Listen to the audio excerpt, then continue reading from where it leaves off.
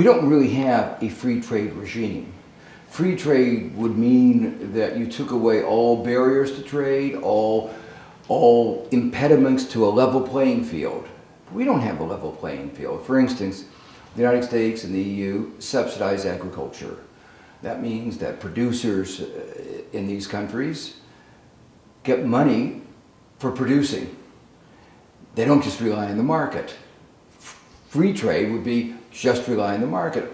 Almost half their income comes from government subsidies. Somebody might say they actually spend more money farming Washington than they farming the land. So the problem is that developing countries, too poor to give subsidies, have to compete with this highly subsidized American and European agriculture. So even if they were just as efficient, even if they were twice as efficient, they would have a hard time competing.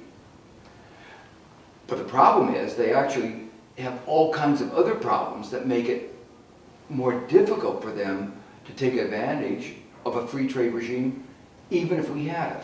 For example, what problems? What do you mean? Well, for instance, if you produce something, you have to take it to the port, put it on a ship, ship it to the United States before it can be sold.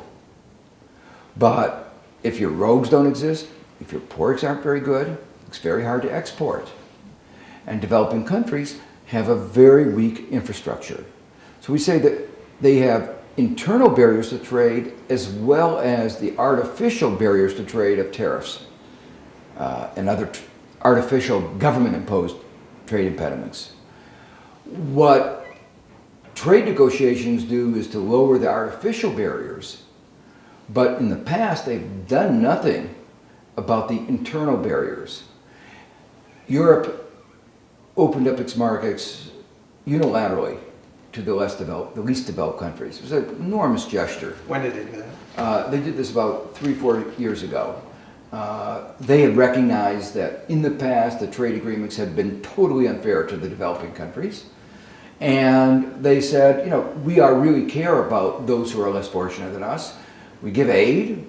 Well, rather than just giving a handout, let's give them a hand up. Let's help them grow. Let's open up our markets. And so they took away their tariffs on most of the goods, but trade didn't result. Very little trade resulted. And you looked at it, it had something to do with some of the technical provisions, but also had to do with what are called the supply side constraints. What does that mean?